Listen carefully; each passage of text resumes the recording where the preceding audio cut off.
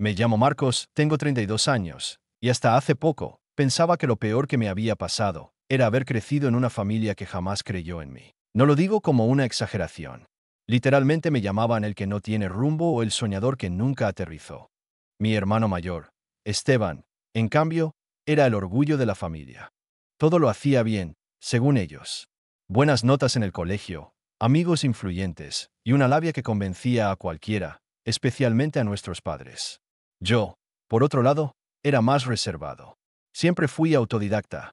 Mientras él estaba en cenas con políticos locales y planeaba negocios que sonaban como pirámides con más marketing, yo pasaba horas leyendo libros de marketing digital, programación y analizando tendencias de consumo en foros que mi familia ni sabía que existían. Cuando terminé el colegio, quise estudiar desarrollo web y diseño UX. Mi padre literalmente se rió en mi cara. ¿Diseñeros? Eso no es una carrera, Marcos. Eso es un hobby caro. Mi madre no dijo nada, pero con su silencio me dejó claro que no iba a recibir apoyo. En cambio, cuando Esteban anunció que iba a abrir un restaurante conceptual de lujo fusión con coctelería molecular, mis padres estuvieron encantados. Le entregaron 75.000 euros de los ahorros familiares. Los mismos ahorros que habían dicho que eran para emergencias. Yo pregunté una vez, solo una, si había posibilidad de que me ayudaran con una laptop para poder trabajar freelance. Mi padre me respondió con un seco: cuando demuestres que vales algo, hablaremos. No lo volví a intentar. Viví 5 años de trabajos pequeños, ahorrando como podía, usando una laptop prestada por un amigo mientras aprendía todo sobre diseño, programación y comercio electrónico. Y entonces, a los 27, lancé mi primer negocio. Una pequeña tienda en línea de productos personalizados. Al principio vendía camisetas con frases divertidas que yo mismo diseñaba. Luego empecé a automatizar procesos, trabajar con impresión bajo demanda y a expandirme a Estados Unidos usando campañas dirigidas de Facebook Ads y TikTok. El crecimiento fue lento al principio, pero constante. Mientras tanto, el restaurante de Esteban fue cayendo en picada. Lo supe porque cada vez que iba a casa de mis padres, lo cual ya no hacía tan seguido, siempre había un nuevo drama, que si los proveedores no le cumplían, que si los clientes eran demasiado exigentes, que si la competencia jugaba sucio.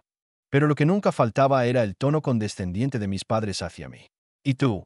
¿Sigues con eso de los dibujitos en internet? Me preguntaban entre risas. Yo solo sonreía, les decía que sí y evitaba hablar de cifras. No por humildad, sino porque sabía que si sabían lo que ganaba, iban a intentar algo. Esteban cerró el restaurante a los 6 meses. Se excusaron diciendo que el país no apoya a los emprendedores de verdad. Mis padres no lo culparon. Es más, le ofrecieron que se quedara en casa mientras se reorganizaba. A mí, en cambio, me seguían preguntando cuándo iba a madurar. Tenía entonces 29 años, y mi negocio ya facturaba 6 cifras al año. Había contratado un pequeño equipo, y estaba desarrollando una segunda línea de negocio orientada a empresas. En vez de decirlo, simplemente dejé de ir a las reuniones familiares. Solo respondía a los mensajes básicos. Me dolía, claro. Parte de mí seguía queriendo esa validación. Ese mínimo estamos orgullosos de ti. Pero ya había aprendido a no esperarlo. Las cosas cambiaron cuando una tía, la única con algo de sentido común, encontró mi perfil profesional en LinkedIn y lo compartió en un grupo familiar de WhatsApp. Había salido en un artículo sobre jóvenes emprendedores que habían crecido sin apoyo financiero. Me entrevistaron como caso de éxito por levantar una empresa sin inversores, solo con ingresos reinvertidos.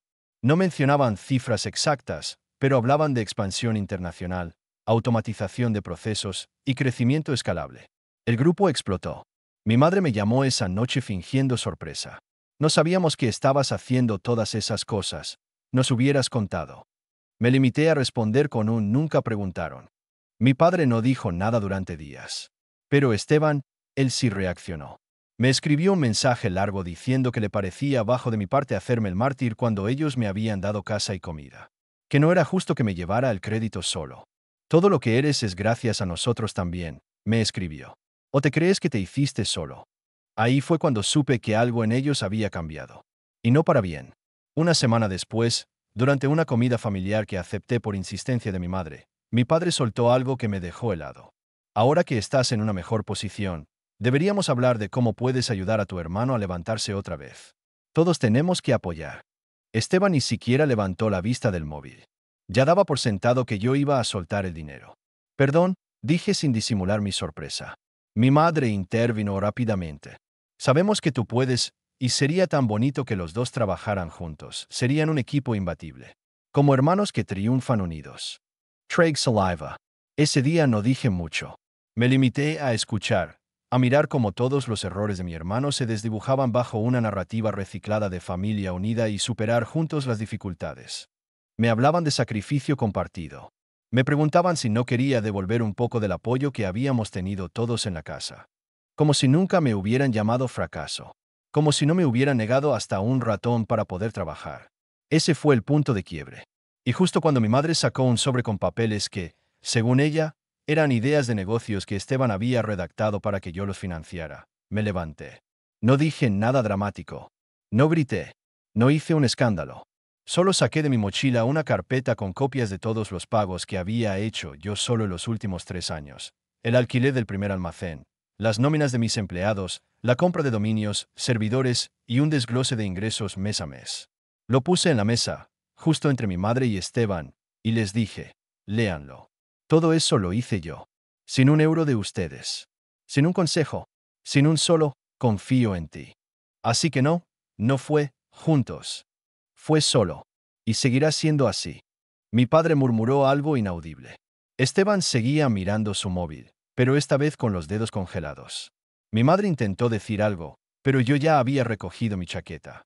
Marcos, por favor, empezó ella, pero yo la interrumpí. Ahora quieren repartir el pastel, cuando ya está horneado. Pero cuando yo pedí ayuda para comprar harina, me llamaron inútil. Salí de esa casa con un nudo en el pecho, pero también con una paz que nunca había sentido. La paz de haber dicho lo que llevaba años tragándome. Sabía que ese momento lo cambiaría todo. Y lo cambió, pero no en la forma que ellos esperaban. No volví a contestar sus llamadas por un tiempo.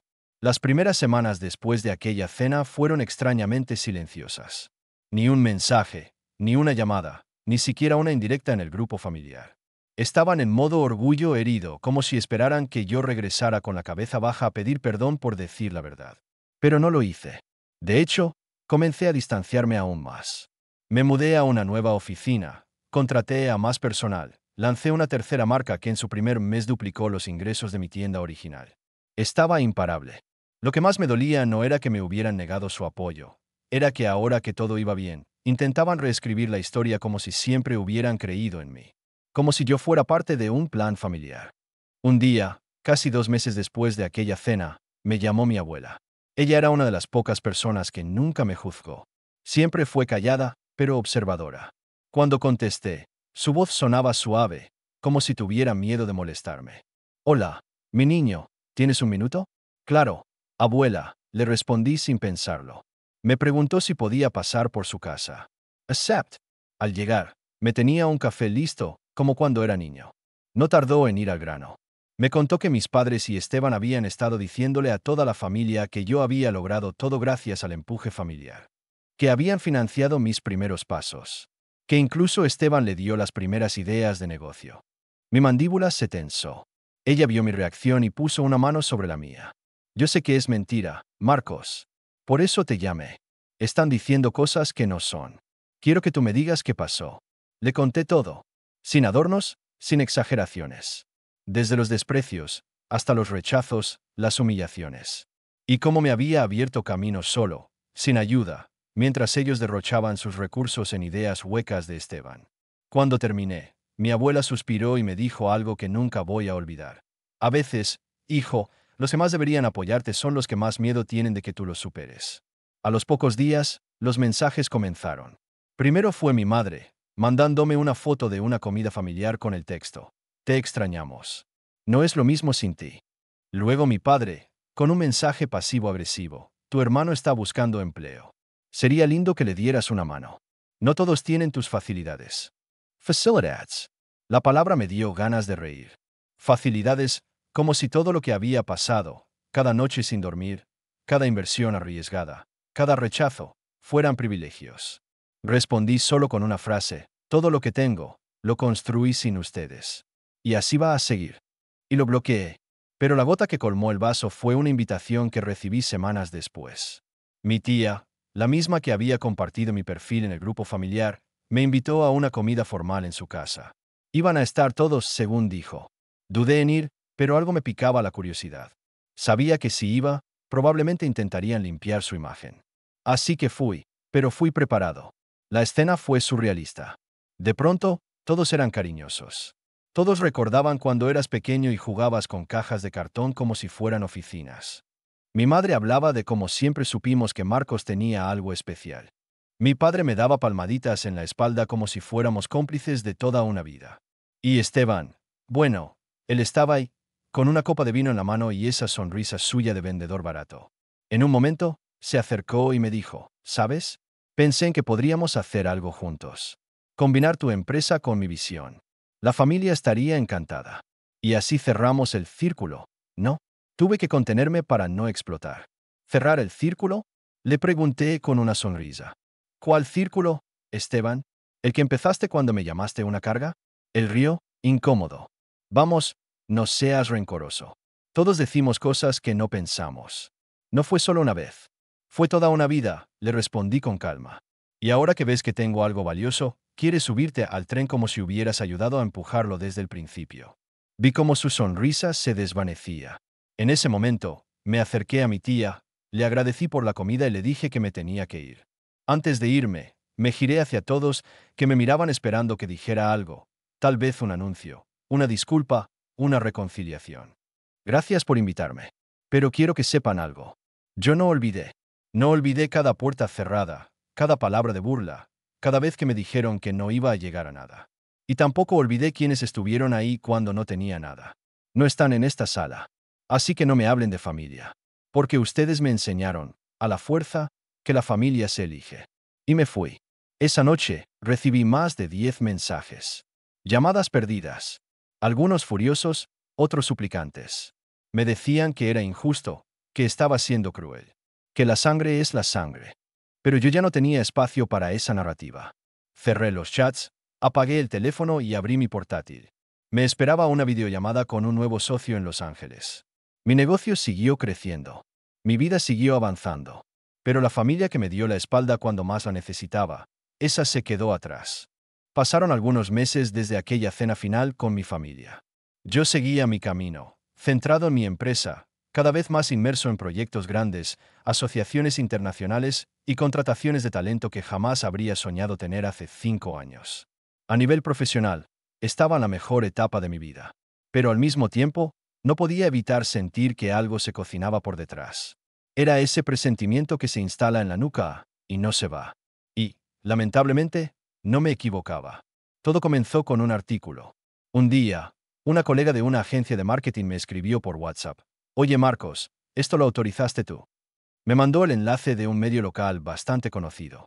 El título decía, La historia de dos hermanos emprendedores, cómo la unión familiar dio fruto a un imperio digital.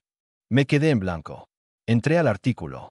En él aparecía una foto mía, una sacada de mi perfil de LinkedIn, sin duda, junto a otra de Esteban. El texto era una mezcla torpe de realidad distorsionada y ficción barata.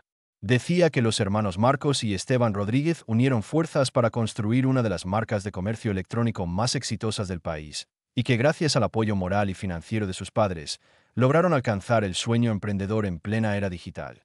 Era una mentira tan descarada que me costaba procesarla. Busqué el nombre del autor, alguien con quien jamás había hablado. Bajé hasta el final del artículo, donde aparecían supuestas declaraciones de Esteban.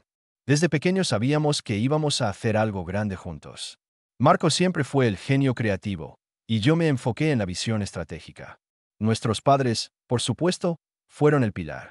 No había ni una sola mención de que el restaurante de Esteban había quebrado en 6 meses. Ni una sola palabra sobre que yo lo había hecho todo solo. Sentí una mezcla de furia y decepción tan profunda que tuve que salir a caminar para no tirar algo contra la pared. Después de una hora dándole vueltas al asunto, decidí escribir al medio directamente. Les exigí que bajaran el artículo de inmediato. Envié pruebas, documentos, capturas, declaraciones juradas de mi equipo. Pero antes de que lo hicieran, ya había comenzado a circular. Estaba en Facebook, en Instagram, en los grupos locales del barrio donde crecí. Mis antiguos profesores de secundaria lo estaban compartiendo con mensajes como: ¡qué orgullo! Sabíamos que Marcos tenía talento, pero no imaginábamos que fuera un trabajo en familia. Fue en ese momento que supe que esto no era un malentendido. Era una jugada. Una sucia jugada de mi hermano, y seguramente de mis padres también, para adueñarse, aunque fuera simbólicamente, del éxito que jamás ayudaron a construir. Sabían que no podían tocar mis cuentas, mis empresas, ni mis marcas. Pero podían atacar a algo más delicado, la narrativa. El relato. Y en esta era, el relato lo es todo. No me iba a quedar de brazos cruzados. En vez de atacar de inmediato, decidí preparar algo mejor. Una respuesta que fuera irrefutable, elegante y pública. Lo primero que hice fue contactar a una periodista que conocía desde hacía años, alguien seria, que había trabajado en reportajes reales, no chismes de barrio. Le conté toda la historia. Desde el rechazo de mis padres, hasta el sabotaje emocional, las humillaciones, los años trabajando solo y el intento reciente de robarse el crédito. Le pasé pruebas, fechas, recibos, hasta los mensajes de Esteban pidiéndome ayuda como si fuera un banco personal. Ella se quedó en silencio durante varios segundos después de leerlo todo. Y luego me dijo, esto es grande, Marcos. Y si te animas a contarlo con tu cara, puede ser muy poderoso. ¿Estás seguro de querer hacerlo? Pensé en ello durante una noche entera. Y al día siguiente le dije, sí, vamos a hacerlo. Una semana después, publicaron el reportaje. Se titulaba, El éxito silencioso, la historia real detrás del emprendedor que su familia llamó inútil. Esta vez sí lo había autorizado. En él contaba, con mis propias palabras, todo lo que había vivido. No con rencor, sino con precisión. Describí cómo mis propios padres me negaron ayuda, cómo me llamaron una carga, cómo invirtieron todo en el hijo estrella que terminó hundiéndose, y cómo ahora intentaban montarse en el barco que ni ayudaron a construir ni sabían navegar. El artículo fue viral. Lo compartieron grandes cuentas, salí en entrevistas de radio y podcast, y hasta me escribieron jóvenes que decían sentirse identificados. Pero lo que más me impactó fue el silencio. No de las redes, sino de mi familia. Esteban no dijo una sola palabra. Mi madre, que solía responder cualquier cosa con discursos emotivos y excusas envueltas en lágrimas, desapareció de los chats. Mi padre, bueno, lo supe por un primo que fue a su casa. Había tirado el periódico contra la chimenea mientras gritaba que yo era un traidor mediático. Yo seguí con mi vida. Pero entonces, pasó algo aún más sucio. Una mañana recibí una notificación legal. Era una carta firmada por un abogado local, el mismo que Esteban había usado para negociar el cierre de su restaurante, alegando que el uso del apellido familiar para fines comerciales sin reconocimiento de los demás miembros fundadores podría constituir una violación moral y una apropiación indebida de la identidad familiar. Sí, me estaban amenazando con demandarme por usar el apellido Rodríguez como si mi propio nombre les perteneciera. Y ahí supe que habían cruzado la línea. No podía creer lo que estaba leyendo. ¿Demandarme por usar mi propio apellido? Era absurdo. Ridículo. Pero también una jugada peligrosa.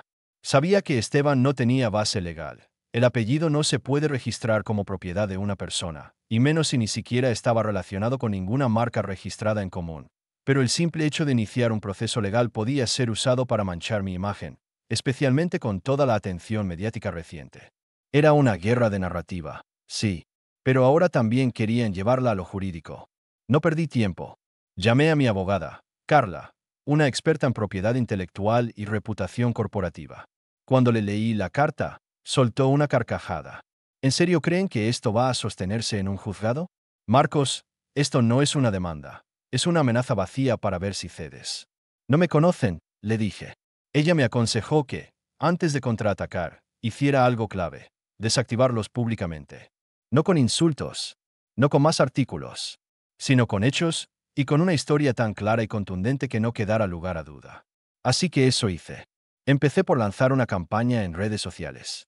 Nudge marketing, no de victimismo. Una serie de publicaciones donde contaba mi historia personal.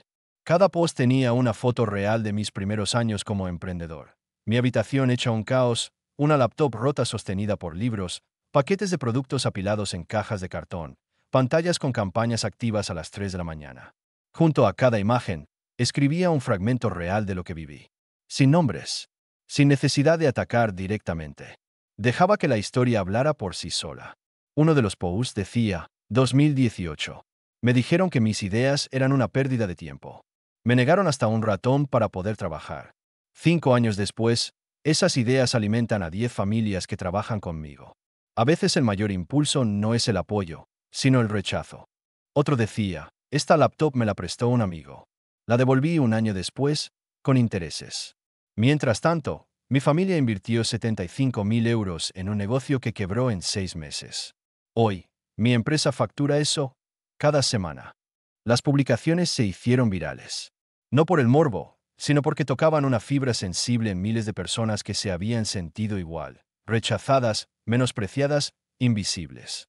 Recibí miles de mensajes, no solo de apoyo, sino de personas agradeciendo que alguien dijera en voz alta lo que tantos callan, que no todo el mundo nace con una red de seguridad, y que a veces, tu familia no es tu aliada, sino tu obstáculo.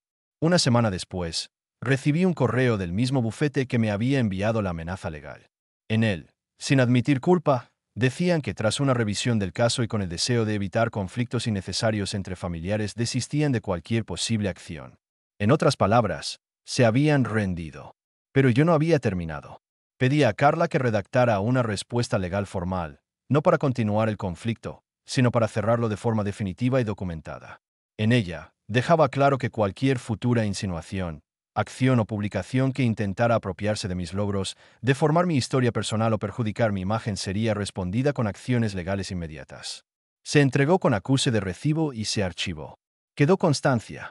A la par, tomé una decisión importante. Durante todos esos años, había mantenido mis negocios separados de mi nombre personal por prudencia. Pero ahora decidí unir ambos mundos.